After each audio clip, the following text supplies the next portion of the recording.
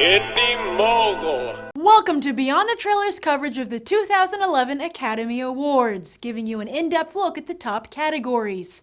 And be sure to vote in our Oscar poll at indiemogul.com/BTTOscarVote, where one lucky voter will win a $100 AMC Theater gift card. Now let's take a look at the nominees for Best Supporting Actress. Amy Adams, The Fighter. Jennifer Lawrence, this might very well be your future. Back in 2006, Adams also seemingly came out of nowhere with an Oscar nomination for her performance in Junebug, an indie film that nobody saw. While she didn't win, it was that nomination plus her lead turn in the successful Enchanted that set her on her path to stardom. Since then, she has managed to be both a critical and mainstream darling and has even become a box office star, achieving the Hollywood Holy Trinity. Yes, she has it all, or so one would think.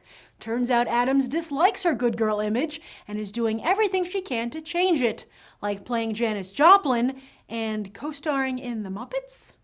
Helena Bonham Carter, The King's Speech. Much like Mark Ruffalo's nod for The Kids Are All Right, this nomination is more about the Academy loving The King's Speech rather than Bonham Carter's performance. Still, one has to imagine it took considerable restraint for her to convincingly play the Queen Mum. Bonham Carter is unlikely to win here, which isn't really a bad thing. It would be nice to see such a daring actress win for one of her more trademark performances instead. Melissa Leo, The Fighter. While there are plenty of male character actors who stick it out in Hollywood long enough to be rewarded later in their careers, the same can't be said of female character actors. Therefore, kudos to Melissa Leo, who started out on the soap opera All My Children in the 1980s. It wasn't until 2 decades later when her impressive turn in Frozen River, which garnered her a Best Actress nomination, finally put her on the industry's radar. In fact, she was pursued for her role in The Fighter by David O. Russell, who talked her into playing Mark Wahlberg and Christian Bale's mother.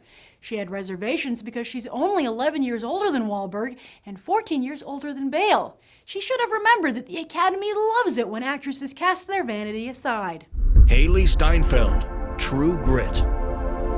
The buzz over newcomer Hailee Steinfeld's performance in True Grit has been so strong that many tipped her for a nomination here.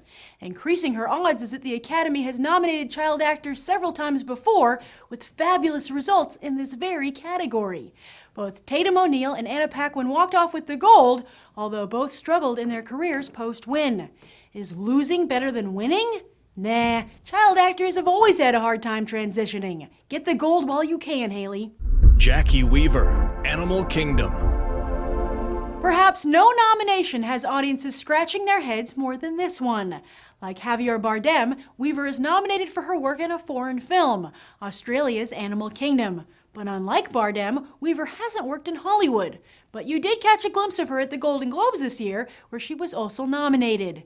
It's unlikely she'll win, but so far Weaver doesn't seem to be making the most of this opportunity either, as she's barely registered with the media.